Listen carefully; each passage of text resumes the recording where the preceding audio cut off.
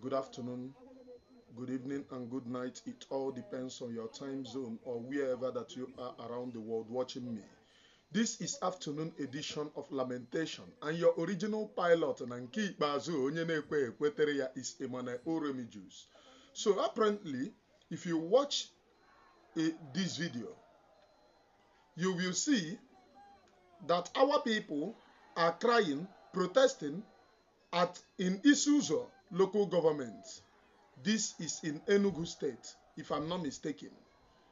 They are being killed, raped, manhandled by Fulani herdsmen. And if you watch this very protest that they are doing, they are protesting to the Enugu state government. Apparently, the Biafra struggle have failed the people. That's just the truth. When you say this now, some individuals will come and say, looking for Facebook money. Biafra struggle have failed the people. Right from the time that Mazi Nnamdi Kanu was around, from the launching of Eastern Security Network, any area that the terrorists attack, you will see our people going there to fight. You will see Mazi Nnamdi Kanu commanding people, men, to go and fight. After Mazi Nnamdi Kanu, Mazi Simon Ekpa, you still see Mazi Simon Ekpa ordering people to fight in those areas and secure our people. Now our people are living in IDP camps all over. People have deserted their village. Some people will say, oh, there is no IDP camp.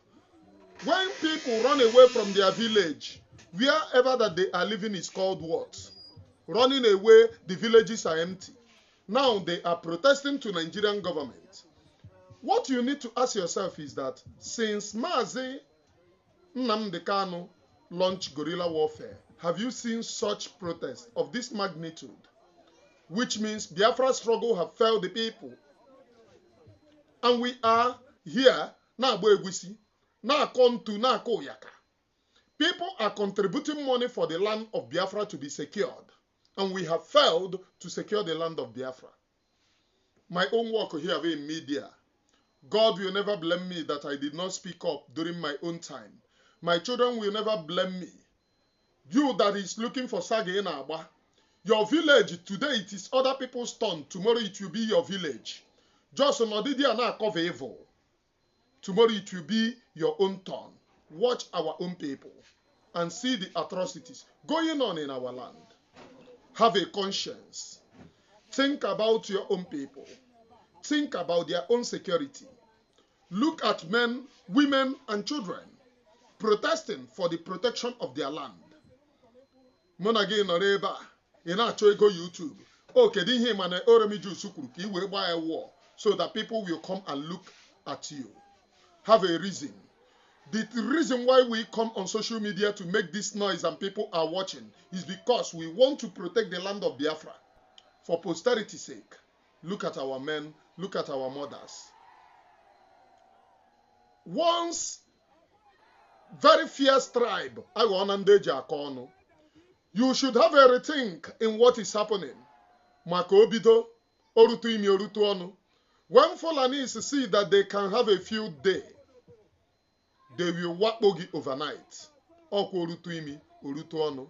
A stitch in time saves 9. Onye mara asu ya asu onu ikwe. Onye na ma asu su onu ala.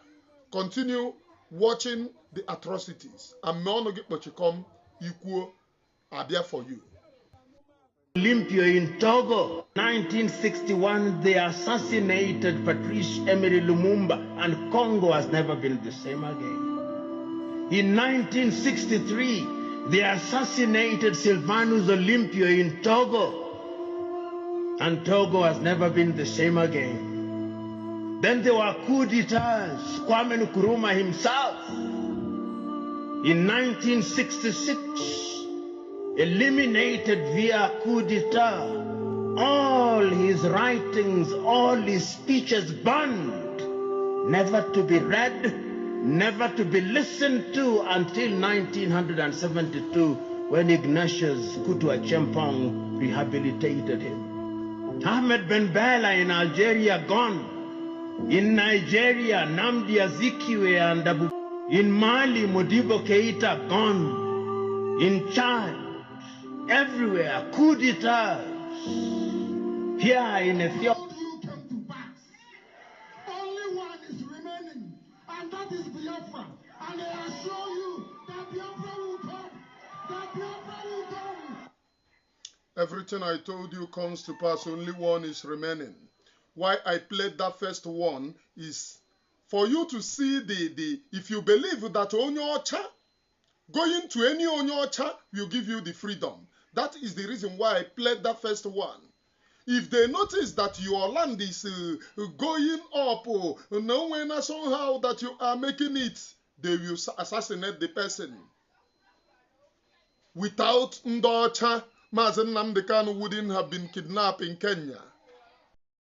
Without Ndocha, Mazi Nnamdi Kanu wouldn't have been kidnapped in Kenya. What am I saying? What am I telling you? Reason.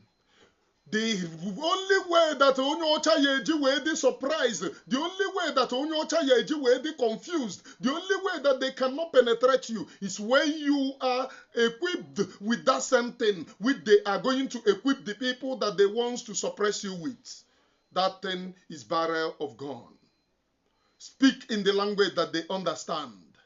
We have failed to protect our own people, and now the Fulanis have come. Mazi Nnamdi Kanu would be crying where he is. Mazi Simon Ekpa would be shedding tears. We are here now, we are here forgetting what we need to do for the protection of the motherland. It is my own turn that I'm saying here. Whether you believe it or not, Imane Oremi Juice is saying it. Let us stop sabotaging our land. And on that, say, here, look at our people. They are being killed. They are being displaced. I know what is not. What is most important to us supposed to be the protection of this motherland. Look at our people in Isuzo. Look at our people. Look at the cries. Look at the cries. Watch the cries. Most of them are millionaires in their homes, in their settlements, but have been chased away, they left their homes, their house have been burnt. And all of us know that all these elected criminals doesn't have anything to do to us, for us. They will only maneuver because their paymasters wouldn't allow them to do anything for us. Think. A stitch in time saves 9. If you love the land of Biafra, wake up and protect the land of Biafra.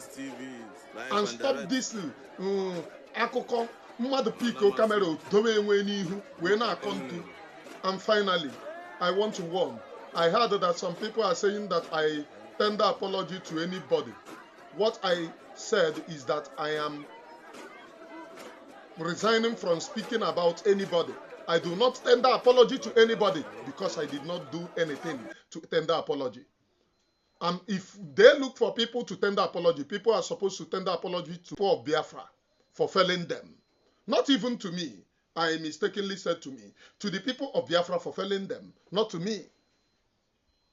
People are supposed to tender apology to people of Biafra for failing them. No matter whom you are, achokwamema onye dey involved. Why our land is going. We concentrate on social media how to make money. On social media how to use gossip to make money. I want to ask you, where will you sow that particular money? Where will you sow it? Anonanako, pum pim pim pim pim pim. Your land is going. Can you travel to your village through road without fear?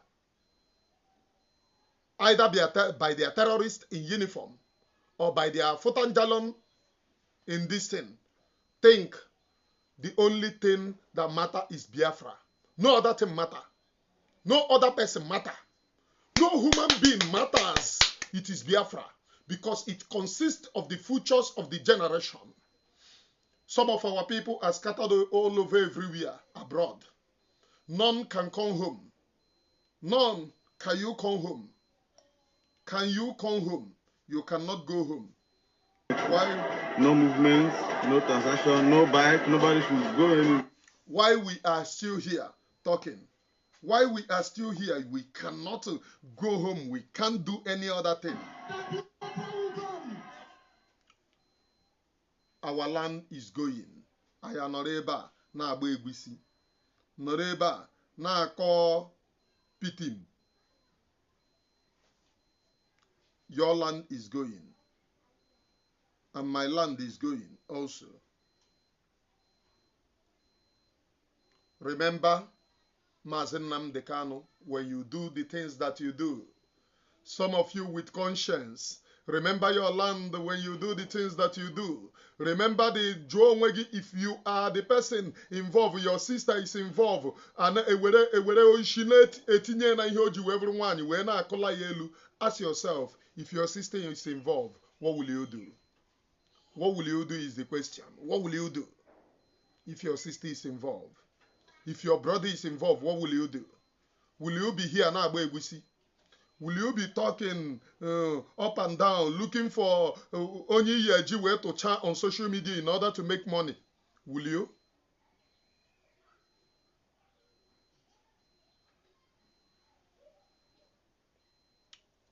Mazi Simon Ekpa would be disappointed. Mazi Nnamdi Kanu would be disappointed.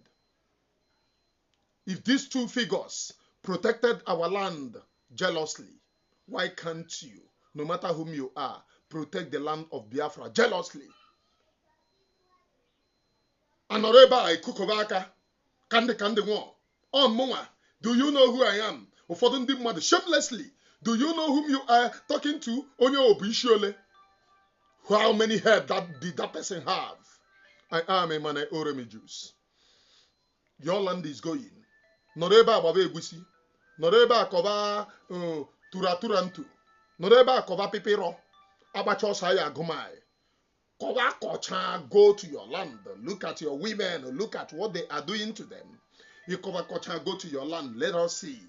Go to your land now. Over here, no na ko Jabrata. If Koba Kocha, go to your land. Let us see. They have taken your land away from you. And what is more important to you is Egbe Egusi. Onwere onye ya atocha. Who will you mock? Is there anybody that you will mock? Onwere onye ya ebuo ji na aja. Onwere onye ya akparabuo. So that people will come and watch you and tell you, oh, Aboki, well done. Think about the land of Biafra. Know where is safe. Think about your children. In 10 years from now, where will they be? Because what you are helping is the destruction of your land. You shamelessly, consciencelessly helping to the destruction of that your land. Think. The women of Isuzu today, not even Isuzu, all the way from Four Corner, down to Ebonyi State, to Anambra, down to Imo State, nowhere is safe. Abia State, nowhere is safe. Ha Batakunai. We are here now, Egusi. We are here looking for who is not looking for us. We are here. Somebody will on camera. It is discussing about individuals. The person will not talk about what is happening in your land. And you shamelessly, you applaud such nonsense. Why don't those people discuss and open the atrocities of Fulani Herdsmen? Look at our land. Look at what is happening. Aya hapu go here in eme. Oh, about this individual. Well done, well done, well done. We have left what we are supposed to do. Ka agbawe Egusi, okwa Egusi amuna gi ya agbawe. Agbawe agbacha la rukwa ebe nna gi. Agbawe agbacha la rukwa ebe nna gi. As of mo enwego kwem 30 years. 30 years from now ka ndobekwere laru ụlọ. I'm telling you the honest truth. With ihe unu na-eme 30 years. 30 years from now. Ka ndobere la benna. When Master Prophet released the prophecy that Biafra have been postponed in spiritual realm, we were insulting him, saying, Okola ka yeshe nwete Biafra. Your land is going. Ndi Fulani no na be nna gi. Igba ring light in our country. Nge nwa na onwe gị ị gaa na social media ihe ị na-ede ebe ụyaka. The Fulani people are having field day. Nobody is revealing their atrocities anymore. Think for yourself. From me from here, from the temple of the Great Seer, I still remain your one and only man, Oromi Jusmal, known as the Great Seer or the Sea of the Seer. Ihe na-eme bụ na nke ikpeazụ a, ọ dịghị mma ya dịrị gị, ọ dịkwana gị mma ya dịrị gị, onwe onye m furu ihu ya. But what I am talking about is the protection of the land of Biafra. This land is bleeding. This land is bleeding. Ịkọwakọcha ihe erukwe be nna gị. Ọkwa Fulani na-arịkwa ka kerosene. Ha arịba ịchagokwe.